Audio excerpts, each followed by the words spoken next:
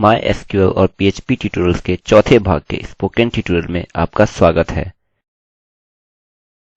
पिछले ट्यूटोरियल में मैंने कुछ वैल्यूज को अपनी सूची में जोड़ने के लिए MySQL_query फंक्शन का उपयोग किया था। मैंने यहाँ पर डेट को वर्तमान तिथि डालकर, जो कि मेरी जन्म तिथि नहीं है, एक गलती कर दी है। मैं यहाँ पर अपडेट करने में सक्षम था। मैं स्पष्ट रूप से बताने में सक्षम था कि कहाँ मैं अपडेट चाहता था। एक विशिष्ट ID की सहायता से मैं स्पष्ट रूप से बताने में सक्षम था कि कहाँ मुझे अपडेट चाहिए था। अतः हम पहले से ही MySQL कोड में अपडेट देख चुके हैं। यह काफी उपयोगी है।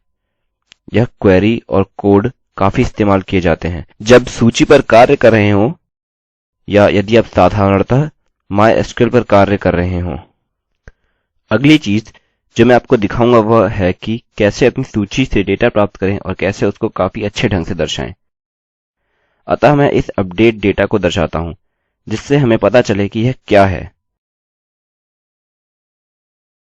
यहां हम एक्सट्रैक्ट डेटा लिखेंगे। यह उपयोग करने के लिए अच्छा शब्द है। अब हम फिर से एक्सट्रैक्ट लिखेंगे और हम एक वेरिएबल बनाएंगे।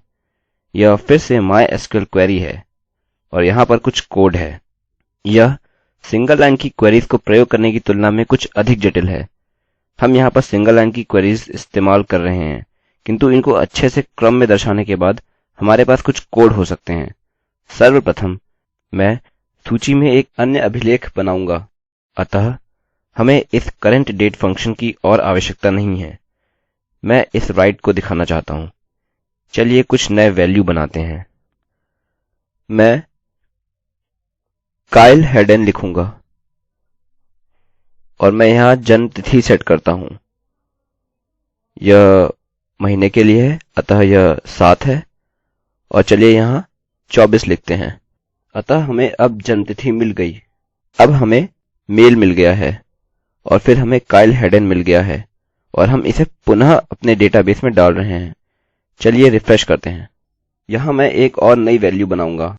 मैं एमिली हेडन लिखूंगा और मैं जन्म तिथि को अभी के लिए बस ऐसे ही छोड़ दूंगा। यह फीमेल होगा क्योंकि मैं इन अभिलेखों को एक जगह अवतरण करूंगा। इसे पुनः रिफ्रेश करते हैं। अतः हमने यहाँ पर 3 अभिलेख बना लिए हैं। मैं इस राइट को कमेंट करूंगा। अपने डेटाबेस पर वापस जाते हैं। मैं इस विशिष्ट टेबल में ब्राउज पर क्लिक करूंगा और आप देख सकते हैं मुझे 3 अभिलेख मिल गए हैं। इनमें से प्रत्येक को रिकॉर्ड ऑफ डेटा कहते हैं। हम देख सकते हैं यह ID अपने आप से बढ़ गई है। डेटा जो हमने विनिर्दिष्ट किए थे और जो कुछ भी हमें चाहिए था हमें मिल गया। अच्छा, तो हम यहाँ पर डेटा अवतरण कर रहे हैं और मैं इसे अनकमेंट करूंगा। हमारी MySQL क्वेरी सिलेक्ट से शुरू होने जा रही है। यह चाहे तो विशिष्ट अभिलेख हो सकते हैं या सब डेटा जिनकी हमें आवश्यकता है को पाने के लिए एस्ट्रिक का उपयोग कर सकते हैं। अभी मैं एस्ट्रिक का उपयोग करूंगा। आप क्या कर सकते हैं, सिलेक्ट फर्स्ट नेम टाइप करें, किंतु आमतौर पर जब आपके पास टेबल होता है आपको ज्यादातर डेटा की आवश्यकता होती है और इसे करने में अधिक समय लगेगा। टेबल के स्रोत पर आश्रित रहकर यह अधिक समय नहीं लेगा।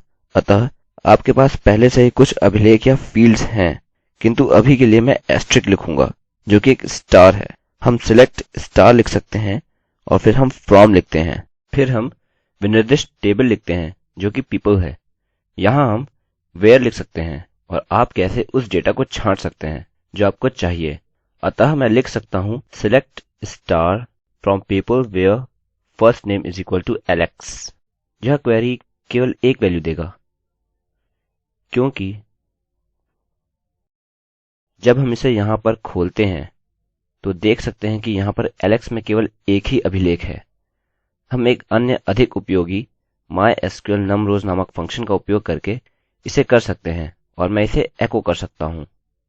मैं एको MySQL_num_rows लिखूंगा। यही कारण है कि हमने यहाँ इन वेरिएबल्स को संचय करने के लिए दिया है। यहाँ हम केवल एक्सट्रैक्ट टाइप करते हैं। हमारा एक्सट्रैक्ट वेरिएबल हमारी क्वेरी को रखता है और हमारा फंक्शन यहाँ दी गई क्वेरी में कितने रोज हैं हमें बताता है। मान लेते हैं कि हमने फर्स्ट नेम एलेक्स दिया था।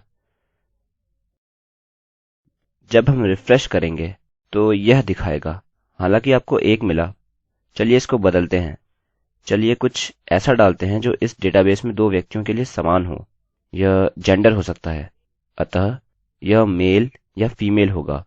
यहाँ हम लिख सकते हैं where gender is equal to m, और जब हम रिफ्रेश करते हैं हमें 2 अभिलेख मिलते हैं। अतः हम बोल सकते हैं कि हमें कितने अभिलेख मिल रहे हैं। उदाहरणस्वरूप यह जानने के लिए काफी उपयोगी है कि हमारे डेटाबेस में कितने मेल हैं, और हम देख सकते हैं कि हमारी वेबसाइट में कितने मेल्स या फीमेल्स पंजीकृत हैं। अतः आप पंजीकृत सूचनाएँ यहाँ भीतर रख सकते हैं। हम यह भी कर सकते हैं कि अभिलेखों को क्रम में रख सकते हैं। अतः मैं ऑर्डर बाय आईडी लिखूंगा और हम अवरोही चुन सकते हैं अर्थात डेस, या यह हम आरोही चुन सकते हैं जो कि ASC है। किंतु अभी के लिए मैं इसे हटा दे रहा हूँ क्योंकि हमने अभी तक अपना डेटा एको नहीं कराया है। हमने अपना चुना हुआ डेटा उपयोगकर्ता को नहीं दर्शाया है, अतः इसको अभी उपयोग करने का कोई महत्व नहीं है।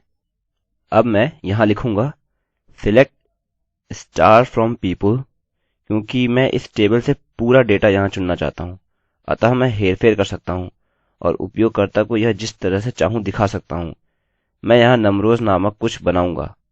नमरोज इज इक्वल टू, मैं एक while लूप उपयोग करूंगा। यह एक विशिष्ट फंक्शन इस्तेमाल करेगा जो कि mysql_fetch_assoc है। यह इसको एक एसोसिएटिव अरै में रखता है। यदि आप एसोसिएटिव अरै क्या है नहीं जानते हैं तो अरैज़ ट्यूटोरियल देखिए। वापस आते हैं। while row is equal to mysql_fetch_assoc या एसोसिएटिव जो मैं कहूँगा, और यह extract क्वेरी के अंदर है। हम रो को अरै के नाम की तरह चुन रहे हैं और हम इस अरै को सारे चुने हुए डेटा के लिए चुन रहे हैं। मैं यहाँ समाप्त करूँगा। अगले ट्यूटोरियल में हम देखेंगे कि इस डेटा को कैसे एको करते हैं। मैं संभवतः इसको थोड़ा और विस्तार से स्पष्ट करूँगा। IIT बॉम्बे की तरफ से मैं रवि कुमार अब आपसे विदा लेता हूँ। धन्यवाद।